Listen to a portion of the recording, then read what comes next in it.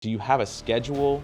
Like, it seems like you're constantly putting out new material. Would you say you're trying to put out one a day, or you're trying to put out 3 a week?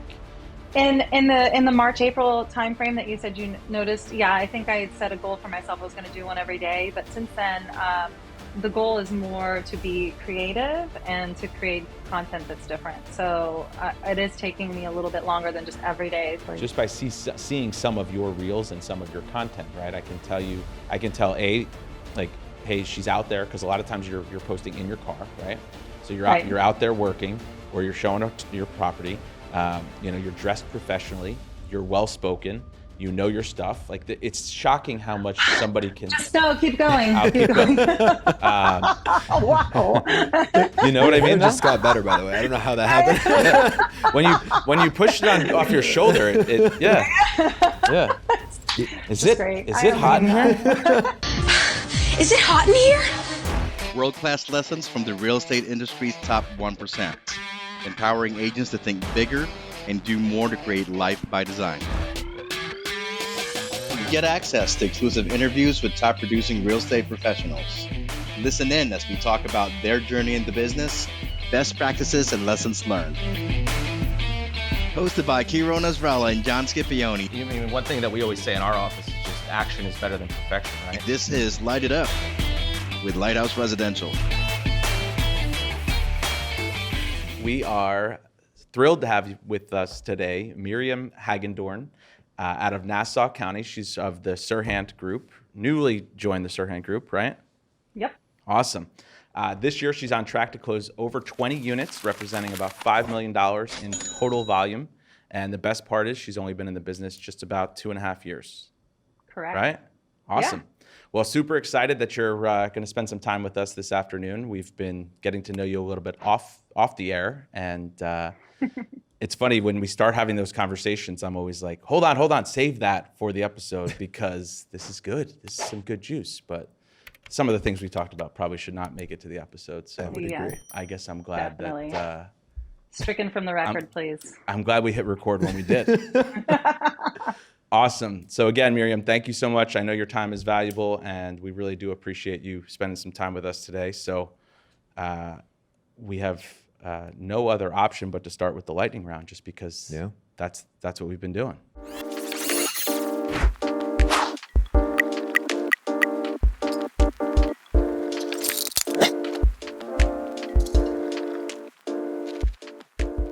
All right. KIRO, I'm going to let him go because he's got a bunch for you. So I'm going to start off with this one. So what topic do you know more about than anyone else in the room? Oh, wow.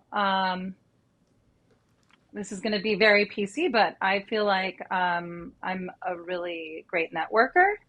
And that's really the route that I've taken to get new business in real estate. So, whether it's at an event, there'll be jokes amongst my friends. We're like, okay, just send Miriam into the room and let her detonate, Wow. But that's really it. So if I was your best friend, how would I explain what detonating looks like? Oh, wow. So many times, on many occasions, my friends have called me a force. And I've taken it as a compliment, although I think it can be seen otherwise. No, I think that's definitely a compliment. Yeah, right? I'm going with it. Okay, good. On that note, have you ever been in a physical fight? Fight! Physical fight? Yeah. No. This is embarrassing. Oh, I thought you were head nodding. Then. Yeah, me too. I was like, No. all right. Oh, no. Is it that, like, there's going to be a body language expert? It's okay. You don't have to make this PC. Okay. Well, you know what crossed my mind is my brother. My brother is a former UFC fighter. Oh, wow. Oh, really? Yeah. Okay. A buddy of mine from growing up, Jamie's brother. Yeah. UFC.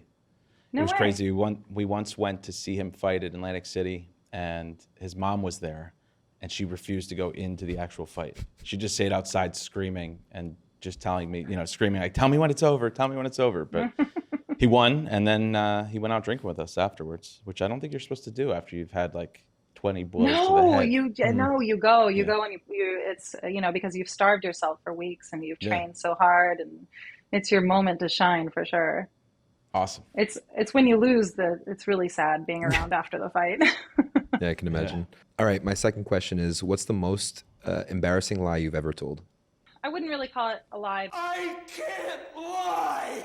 But just the first thing that comes to my mind right at this very moment is recently a client of mine showed up late, about 45 minutes to get into a house, and it was a Sentry lock. You have to hold your phone up and put the phone there, and it reads your face in order to open. So I was texting another agent, oh my God, these guys are 45 minutes late. Can you believe it? And they didn't answer. So they arrive, they get out of the car, they didn't really apologize. I get to the door and I hold this, thing to do the facial recognition up.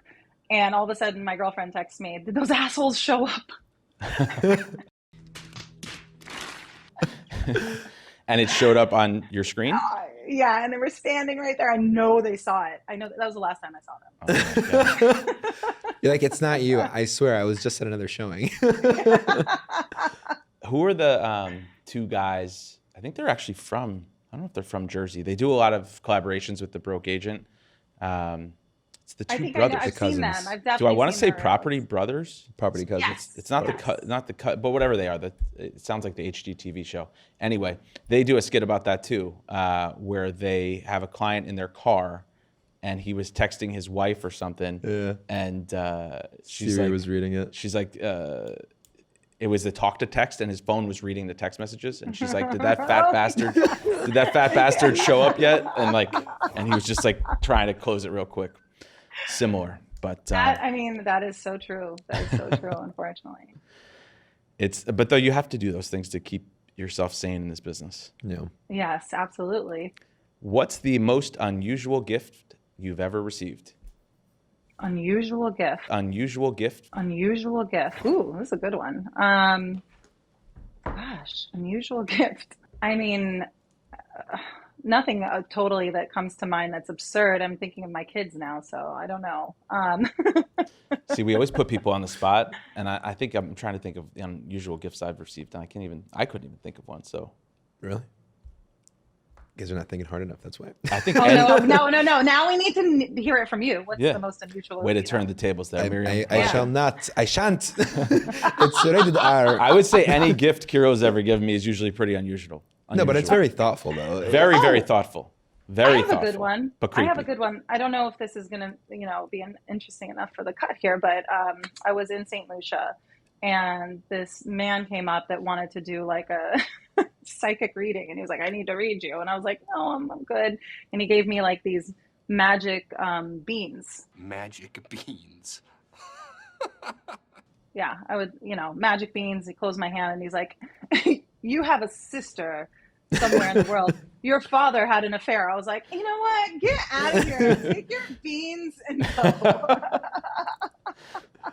Did it end up being true? Well, no, I did Ancestry. It's not true, unfortunately. I would love it. I would, if you're out there, I'm here.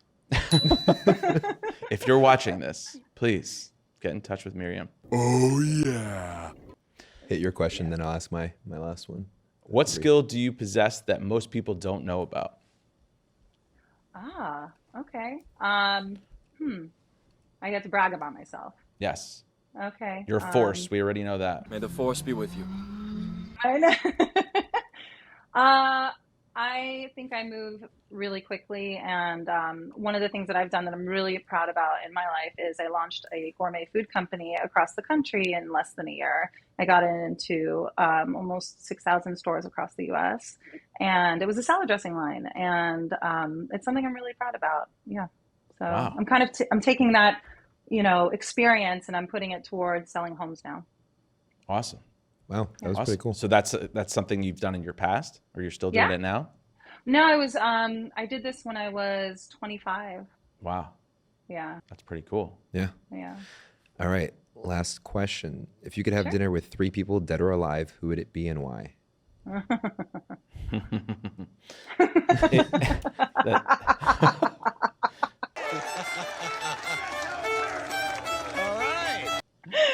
Oh my God, I have to tell you my celebrity crush right now? You might watch. It's fine. We're ready for it. Okay, you too, definitely. And No, seriously. okay, 3 people dead or alive. Probably, gosh, this is gonna sound so, cheesy, That's all right. but it's okay. Mm-hmm. All right, my grandmother, Oh, who was like this amazing woman, very strong, very, used to make my dad wake up at 5 a.m. and go work in the garden kind of mother. And no BS. I think that's where I get a lot of my personality from. And I had a dream about her the other night as well. It was a really good one. I was hugging her, which I haven't done in a long time since she passed. So yeah, definitely her, because yeah, that would be a great reunion. And was she Greek? Lebanese. Lebanese. Yeah. Yep. Yeah. And yeah, what, you got something to say about that? no. No. My Italian grandmother is like a force, as you would say, and Yeah. she's the one who I think has made me so persistent. So I respect that. Yeah. Similarities.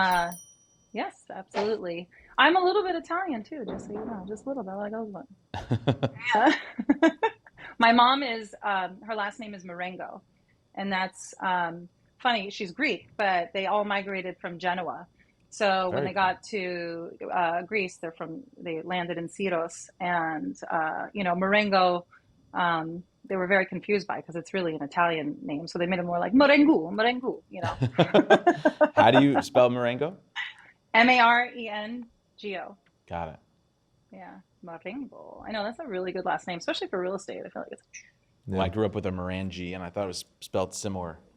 All Yeah. right, so grandma's 1. So 2 other grandma's 1. Oh my God, that's so cute. 2 more seats at the table. Gosh, I mean, I'm trying to think, guys. Here, I'm a little stumped, but what are we going to say here that will be exciting? Maybe. We can I circle don't know. back to it later on as it Yeah, comes through. let's circle back to it. I already gave you Kiro's the king cute- of like asking a great question, but making you do 3 times the amount of work. Right, yeah. Honestly, the grandma one is so One strong. person, I got it covered. Yeah. It was Yeah. grandma. Yeah. That's strong enough. That's a good one. All right, cool. Let's get right into it. So, Miriam, thank you for coming on. Tell us a little bit more about your journey in terms of how you got into real estate. What was, when did you decide you actually wanted to become a licensed agent, and how did you get started?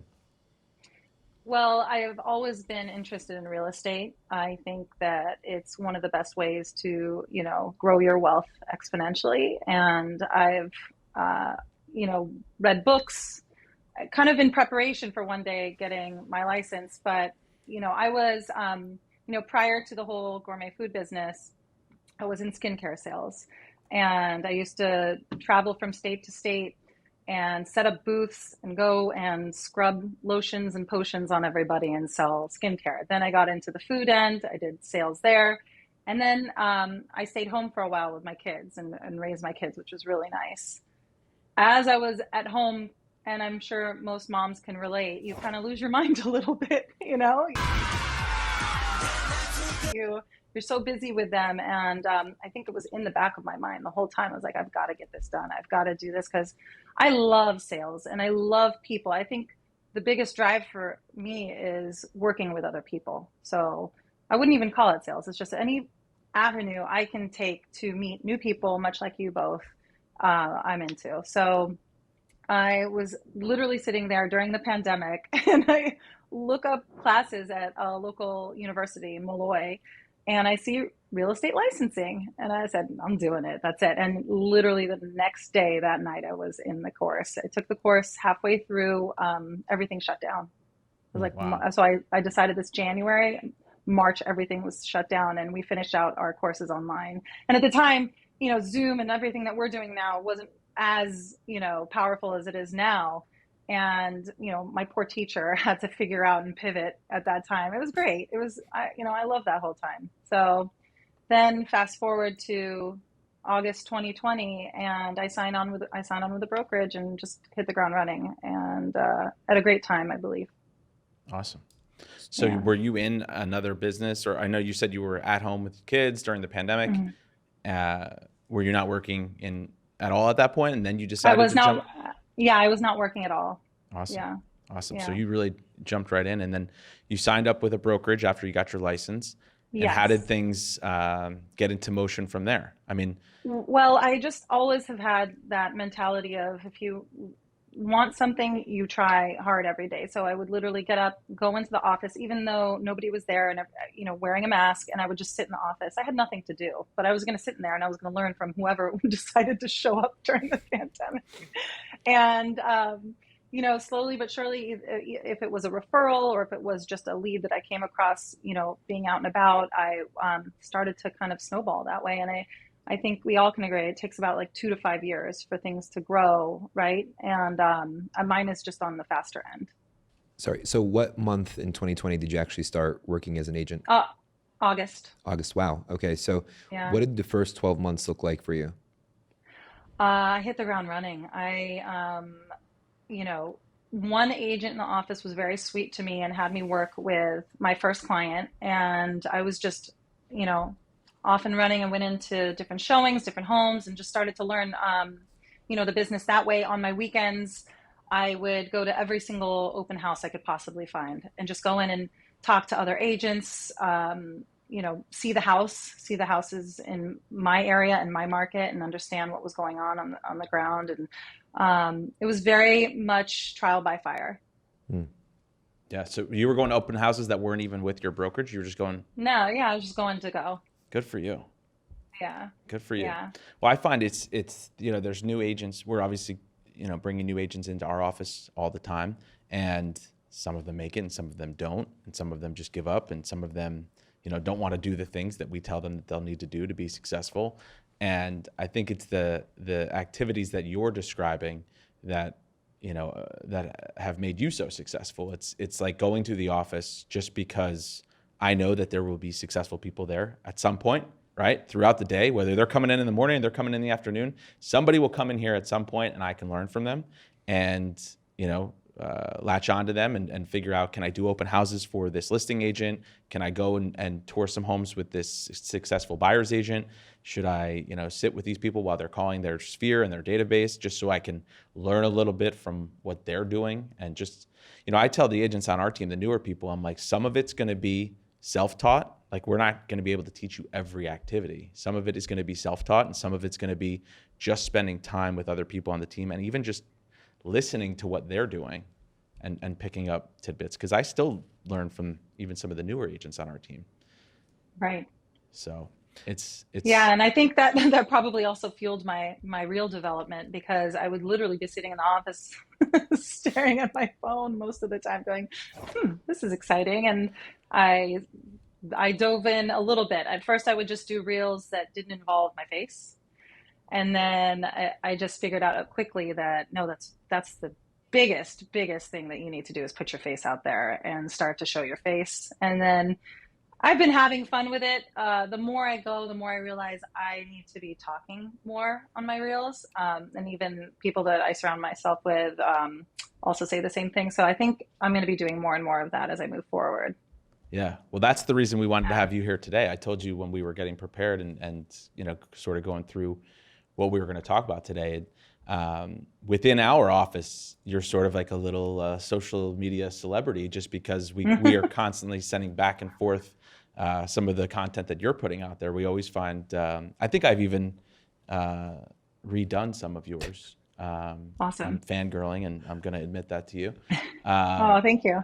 But tell us a little bit about how, because I went back today and I was doing a little bit of research. We always like to do that for our guests.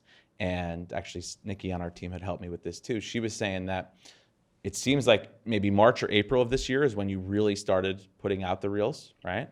Yes, you scroll absolutely. back and dive into your reel history.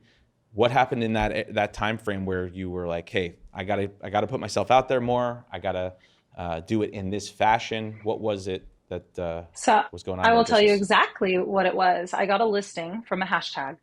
Wow. And yeah, they said that it was a referral. So the agent went to, hashtag Valley Stream Realtor, which is a town here, found my content, which wasn't even a reel at the time. And he called me and said, I think you're great. I'd like you to work with my client. And that was it. So I get a lot of business off of Instagram. That was a listing opportunity.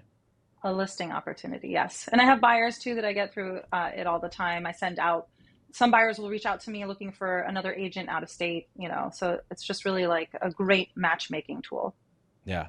And I think that's really valuable because what's interesting is, and we've talked about this on other episodes, whether we're talking about content or just the world that we live in now with social media.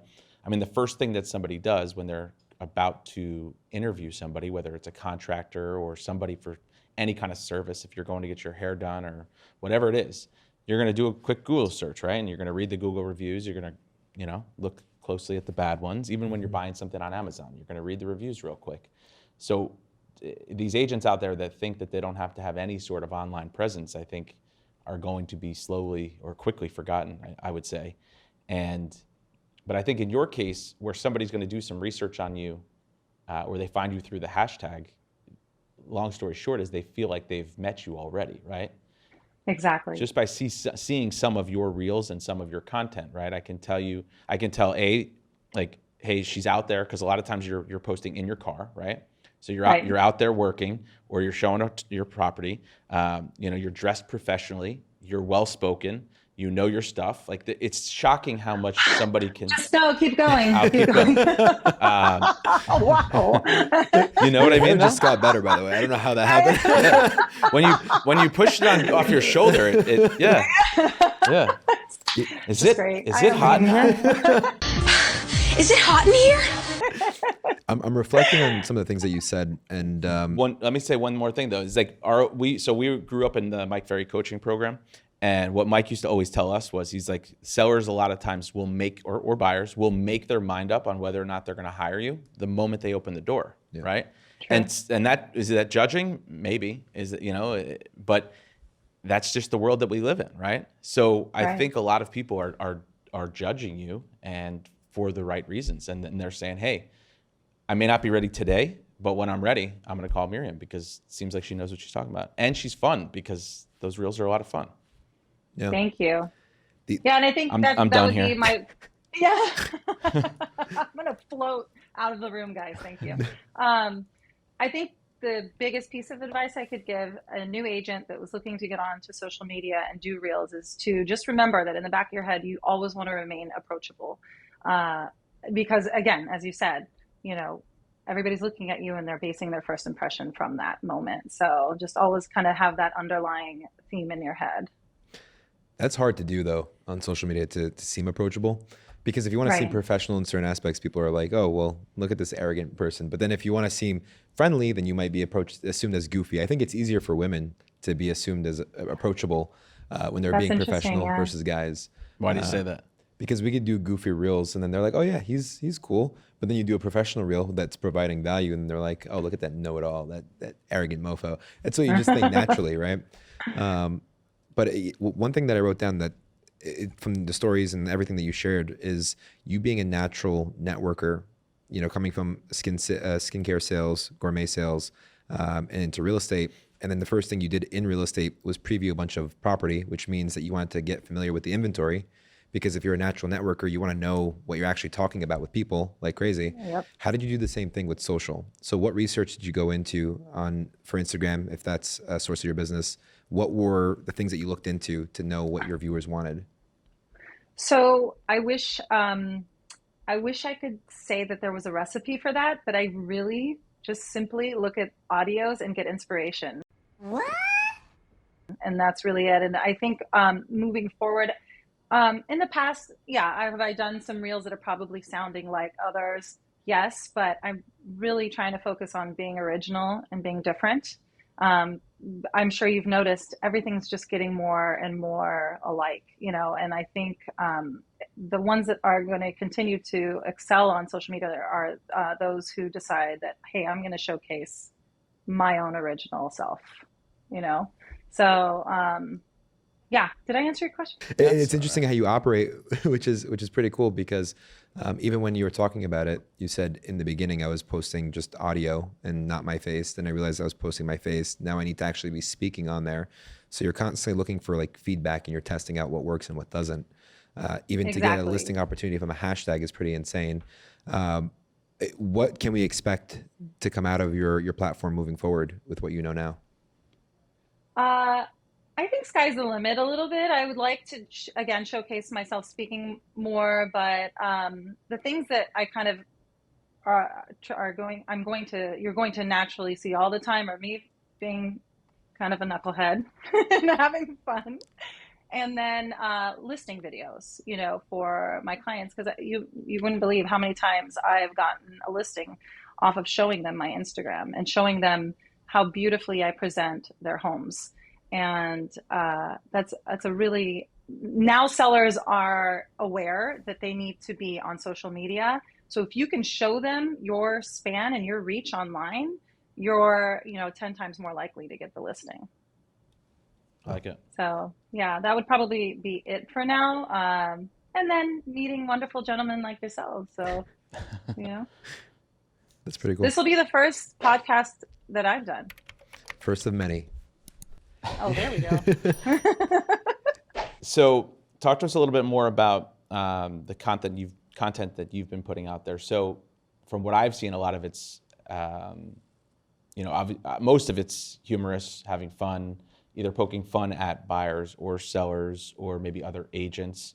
Do you think there's anybody out there that's like crossing the line? Because I've seen some people posting recently saying, hey, you're making fun of these people that you could potentially be doing business with. You really have to be careful. What would you say in response to that?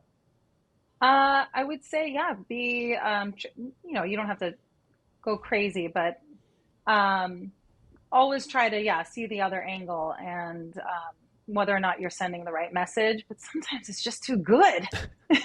I'm with you. You know what I found is that, let me ask you this. Do you own the house that you live in, or have you bought a home before? Yes, I have. And you bought it before you had your license, right?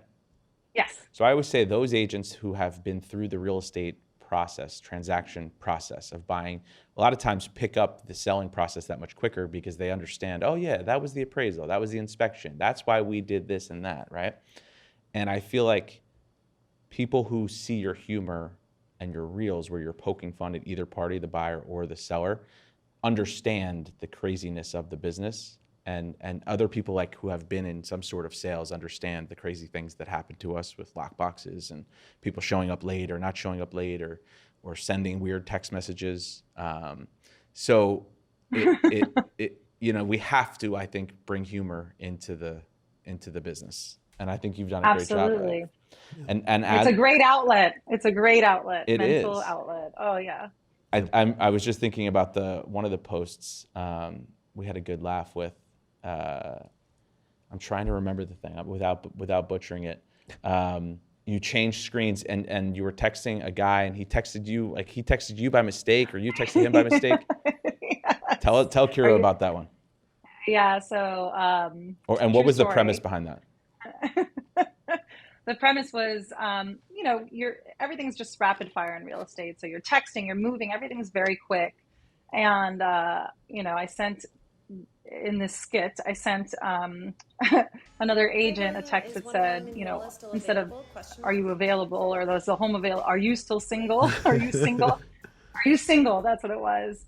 And he looks at it and he's like, what the heck is this? And then it actually happened. Damn! Well, everything actually has not all of them, but for the most part, I get my inspiration through everything that happens on the daily basis. I mean, I have more. It's just I don't want to offend any of my current clients. Yeah, so you have to wait. You have to write it down, and 6 months from now, after it's closed, and the check has cleared, then you can blast them.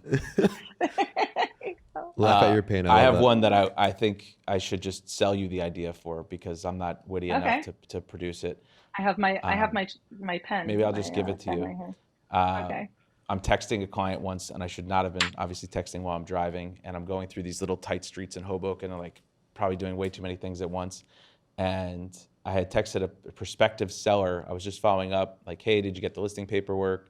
It was one of those situations where you're waiting for them to sign the DocuSign for way too long. Like they were supposed to have signed it and they didn't sign it. And I went to text him like, hey, let me know if you have any questions or concerns. And I texted him, let me know if you have any quesadillas or concerns. And, Wow. Oh my God, that's amazing. they were like, what did they said something really witty back. It was good. And then I had screenshotted it and sent it to a bunch of my friends. And my sister's like, that's genius. You should bring quesadillas to all of your listing appointments. And I was like, who doesn't like quesadillas? Oh God. I know. I think we're moving into an era though where all is forgiven on text because it's out of control. The autocorrect is out of control. It's like someone's playing with us for sure. Yeah. Miriam, tell me a little bit more about these sources. So He'll bring it back to more serious topics. no, I was just thinking about it because it's interesting. Essentially, you've been in the business August of 2020, so you've just passed 2 years and a couple months. Yes. And if you had to say the percentage of business that was sourced from social media versus the percentage of business that was sourced from like in-office referrals, inbound leads, outbound leads, what would you say that those percentages are? Percentage, maybe 20, maybe 20, 25. I would say the bulk of my business comes from people referring me because they want to work with me or they liked me and they want to refer me to their friend or family. Yeah. I would say, yeah, that's 80% of my business right there. Beautiful. Wow. So 20%, Yeah. 25% coming in from social media, 80% being leveraged from referrals and repeat business. Exactly. Got it. Yeah. So how many days out of the week would you say you're actively working in the real estate business? Would you say it's 5 days a week, full time, or because it sounds like you have the luxury of being able to be referred. So your phone rings, you're not like actively hunting for people. Oh, I know. I'm very much about prospecting every day. Yeah, I definitely take advantage of postcards. I feel like I've had a lot of success with those as well. So anytime I sell something, I blast it on social media and I immediately send out a postcard to 200 to 500 homes around that house. And I've pulled listings from that as well. And that's really my recipe. I just handed you my recipe. Which is awesome. So you're calling people through your database and the people in Yes. your sphere more than anything else. Yes, more than anything else, and treating them kind. If they send me a referral, I send them flowers or I send them a gift and a big thank you. You know, I definitely take care of them. Yeah. Great. I think that's always something important to talk about, especially when we have people on, because people see what you're doing.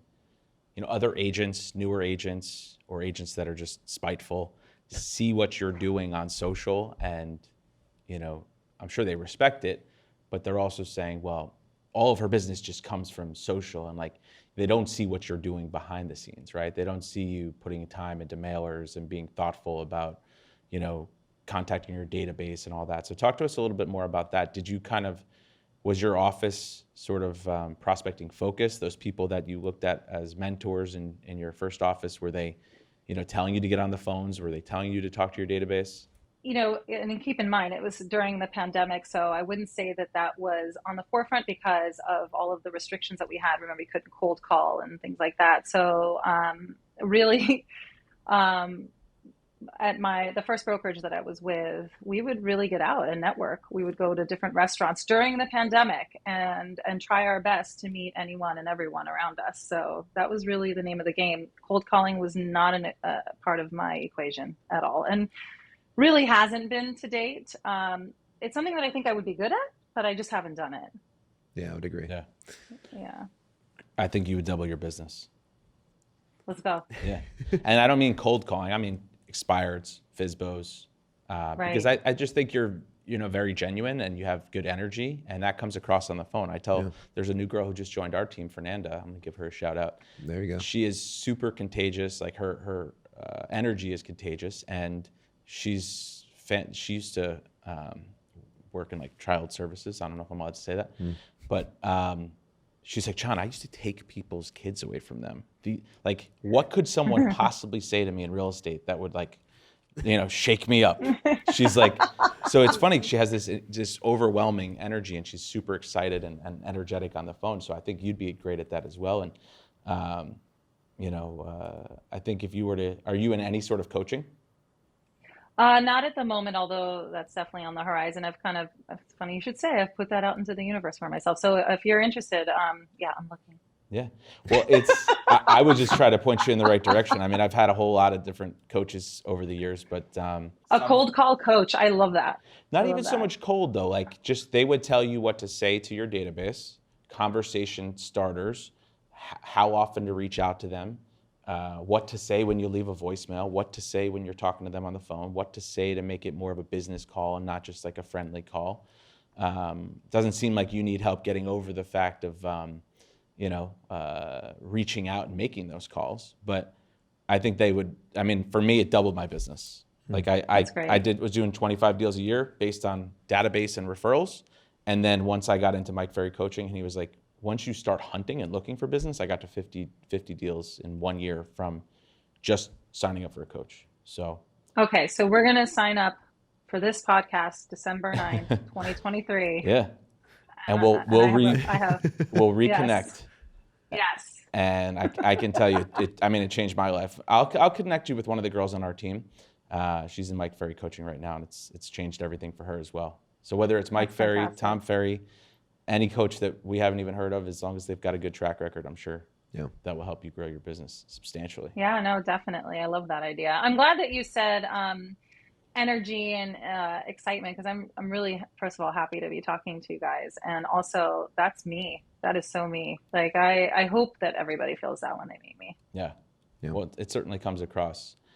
And I just wanted to ask you, how would you relate, the sales businesses that you've been in before to real estate? Like, is there a prospecting component in the sort of cosmetic business, cosmetic lines? Like, how does it relate to the food businesses that you were in? So, oh my gosh, most definitely. I think, and I should say prior to that, I grew up, my family owned restaurants in California. I'm originally from California. So, born and raised there. They had restaurants, and I was in there every day talking to different families, different people, different walks of life at all times. And as a matter of fact, any kind of holiday gathering that we had at my house, there was at least 10 to 20 customers there hanging out because they just like our family. So that kind of, was where I got all of that energy toward other people. I love people. I want to talk and meet new people and new faces all the time. And then, when you get into skincare, there's a lot of vanity involved, right? So you have to know how to talk to everyone delicately. And I think that kind of, polished me there. And then moving forward to food sales, I had to find the contact person to every single one of these grocery stores and get in their face. And I would just show up at offices and just walk right in and be like, I'm looking for your manager. Let me in, So it's very similar to real estate in that respect. You have to go out and, as you said, hunt, physically hunt for business. And I did that with vigor. How were you able to get the salad dressing into 6,000 stores? So you go to the distributor. You want to get distribution across the country. Make it sound more difficult. It isn't. I mean, yeah, you're right. So you go to the distributor and you go to the different retailers and you marry them, basically, in a nutshell. Yeah. Well, I think it sort of comes back to the hunting and putting things together, right? Like, there's a Christina on our team. Her husband's been in real estate. She has her license, but she hasn't, been working full time. And she's sort of just, we put her on our team and we're sort of showing her the ropes. And every day she's like, oh my God, this is like detective work. Because when we're hunting for new business, whether it's an expired listing, I'm like, all right, well, this one came off the market, but see if the guy actually lives there. So we look on the tax records and we're looking at the address, and it shows that he has an address somewhere else. And she's like, oh, so that means he lives somewhere else. I'm like, yeah. So now you need to look up his phone number for this house. She's like, oh, okay. So we get his phone number, and now we're reaching out to him and just being a little bit more strategic. But you really have to, put things together and hunt for the business and the people who will. It's a little bit like last man standing, right? The people who go the extra mile and do a little extra digging are the ones who are going to come out on top with the deals. And it seems like you've certainly are no stranger to that. Yeah. Yes. Also, I think communication. I'm an over communicator. So whether you like it or not, I'm going to be texting you and giving you updates and letting you know what's going on at all times. I'm really kind of, I guess, in comparison, maybe not to, the newer generation, but I'm definitely tech savvy, and I will send you as much communication as possible. That's huge. Yeah, and I think that's important these days because, I mean, it's even in our presentation, right? Like some of the scripts that we talk about with the agents on our team, we're like, what is the biggest stereotype about that consumers have about agents, right? What do we always say? The biggest concern is the lack of response or lack of communication. That most consumers have about their agent is that they hire them and then they never hear from them, right? We call that a secret agent. And it's just lack of communication. So what we always say on our team is we want you to have the Amazon approach, right? We want you to over communicate. Hey, we've received your order, right? How does Amazon communicate with you? We've received your order's left the warehouse, the order is on the truck, it's going to be at your house on Tuesday.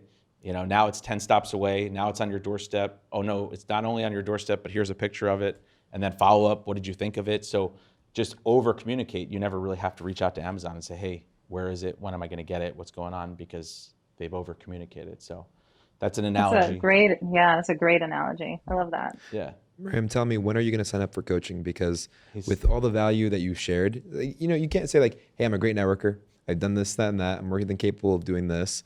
And I over communicate. I'm going to be good at customer service. So your conviction to actually get people's business should be like level 10.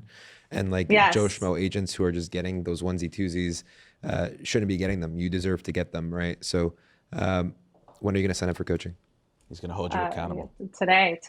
I'm going to make some calls. Shit, I got to do it today.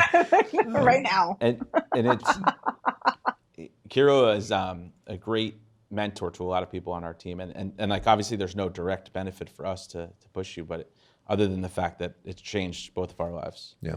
I mean, the average coach will cost you, let's say, $1,200 a month. Yeah, 15 a year. Okay, so $15,000 a year. But in Long Island, that might be what, one and a half deals per year. Right.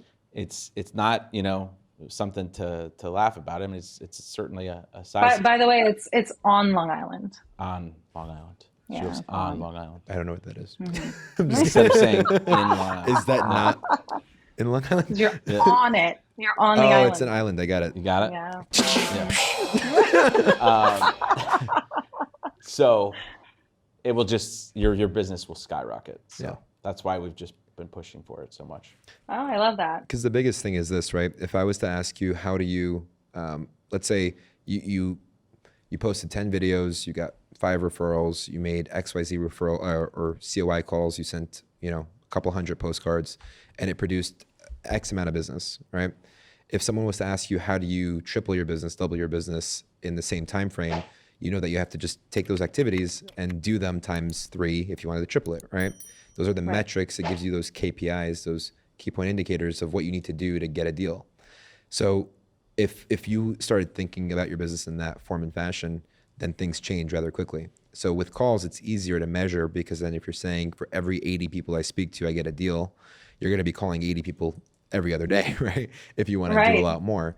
So it's just those metrics to keep in mind. But it's pretty amazing how you've done that through social, and by the people who reached out, you were able to convert their sphere and get more of their database to get business out of. So that's like a big skill that not that many people have, and is a struggle to get to that point. But it's pretty incredible that you have that skill, but you're not leveraging the expansion of that sooner.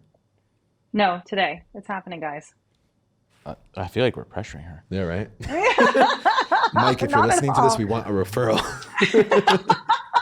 Tell us though, I'm going to try to keep this train on the tracks. It's in this current market, I know some of the agents on our team and really the agents that we speak with every day, whether they're on our team or not, are struggling to find that next buyer, right? So a lot of these buyers are saying, hey, I'm on the sidelines. The interest rates are at 8% or 7%. Call me when things settle down a little bit. How are you finding business? I understand how you were finding it 6 months ago, 12 months ago, but your most recent 2 deals or 2 people that went into going under contract, I was going to say escrow, but I think Long Island still is under contract like us? So I have 2 listings that I'm working on now, and they were both referrals from other people. Referrals from past clients or Sphere Yes. or past clients? For Sphere and past client, exactly. Awesome. And would you say that those people that they stayed in front of your database because you're just constantly in front of those people, or Constantly talking and establishing the relationship and keeping the relationship? Absolutely. Yeah. I would say for what I've learned, and the reason we ask some of these questions is because we both sort of grew up in this very like strict prospecting focused business, and that's how we grew our business. But what we weren't good about was actually telling people about it. What you've been great about is putting yourself out there more, real, social, getting in front of people, staying top of mind. And I totally respect it. And I guess my question is, do you have a schedule? Like, it seems like you're constantly putting out new material. Would you say you're trying to put out 1 a day, or you're trying to put out 3 a week? In the March-April timeframe that you said you noticed, yeah, I think I had set a goal for myself. I was going to do 1 every day. But since then, the goal is more to be creative and to create content that's different. So it is taking me a little bit longer than just every day throwing up something just to put it out there. But yeah, definitely. Another thing that I should add to this, because I don't want it to sound like, oh, it's just comes so naturally. It didn't really always come so naturally. Like I think I told you earlier, the first few reels that I did were really not even my face, And I think the big reckoning moment for me is when I just stripped my ego out, right? And that voice in your head that tells you, oh, you're going to look stupid if you do this, and just let it go. Let it go. Who cares? Let it go. Who cares? I have nothing to lose anymore. So as long as I'm not offending anybody, I'm happy to be on there and having fun. Yeah. I'm sure, though, there's friends of yours in your sphere that are like, oh, man, Miriam got into real estate. Now all she does is these real estate reels, right? But I think that's natural. Like, there's people on our team and people that I talk to every day that are like, I would love to do what Miriam does, and I would love to do, like, David Calhoun, who was on a couple of weeks ago, what he's doing. But, like, I'm just so worried about, like, getting heat from my friends and family. And, what would you say to those people? I would say just ignore it. It's nonsense. It's noise. And now, actually, the friends of mine that maybe they thought that, I don't know if they did, prior, are actually, wow, you're crushing it. Yeah. You're crushing it. That's all I hear all day is, wow, you're doing amazing. You're crushing it. If that's the message I'm sending now, that's amazing, because guess what? They're going to tell 5 of their friends Miriam's crushing it. Yeah. Yeah. And that's going to possibly bring me more real estate business. Yeah. I've told this story before, so I'm sorry if KIRO has to hear it again, but No! God, please, no! No! I have a buddy of mine who owns real estate in our marketplace. Another friend of ours that's an agent is constantly posting on social, and I'm probably not as good, or I've been a lot more active recently. But I ran into this mutual friend of ours, and he's like, hey, is everything okay? And I was like, yeah, what's going on? He's like, well, I don't see you posting that much, and our other mutual friend is posting every day. Like, I just feel like he might be doing really well, and like you're not, like that active. And that's somebody's interpretation, right? And Right. just because somebody's posting new properties or coming soons, I'm like, I've probably put up a lot more than that other person we're talking about. But perspective-wise, from their perspective, it was totally different. So I think it comes back to like what you were saying, though. In front of your sphere, in front of your database, in front of your people that are following you, they see the value you're providing, and that's all that matters. Exactly. Yeah. Yep. I just find that sometimes I get in my car and I do a reel, and I'm like, man, I look tired. Or I'm You like, got to get the filters. You got to get the filters. I'm like, I don't know how to do the filter, though, without it like saying like John is using glitter bomb or some shit. And I'm like, oh man. Yeah. And then like, and then I'll like film the whole thing, and I'm like, oh, there's like 17 weird things in my back seat. And I'll just like, I don't know. This is why John's videos are weird. He's in his car, in the driver's seat, pulled all the way back, because he drives like a grandma. And he has all the way back. He has his camera over here, and he's sitting in the car, and he's doing this. And then somebody's just walking by who knows him or who's waiting for him to get inside the office. They're like, dude, what the hell? Let's go. And he's just like, background. I used all to over play a again. game with myself that I couldn't go into the office. I would get into the office early. I couldn't go into the building until I did my one reel. Yeah. And a lot of times our people in our office would be like walking by my car, like, what are you doing? Who are you talking to at 6:30, 6:45 in the morning? And like, either trying to get my attention or distract me or whatever. So, I'd always be like, what is he doing? Is he like venting to somebody on a call right now? Like, how long has he been outside hiding for? He's selecting a filter. Yeah, for real. exactly. Miriam, one question I have for you is when you first start posting reels consistently, you start realizing that your views and your engagement almost goes down as you post more aggressively day by day. How long did it take for you to get that, that catapult back up? Interesting. So I think, She's like, my viewers have only gone up. yeah, I know. That's Oh, wait, is that the real really what I was answer? Yeah. Oh, like, wow. like, Good for you. All right. Yeah, Guess my my engagement is, thankfully, my engagement is high. I had one reel that I pinned to my page, which was like the one that got the most traction ever, which was, I think it's over like, almost close to 600,000 views, which I mean, isn't really much in the grand scheme of things, but That's incredible. yeah. I don't want to hang my hat on that. I can do better. There you go. Do that quesadilla but- one and you'll be at 1.2 million. Yeah.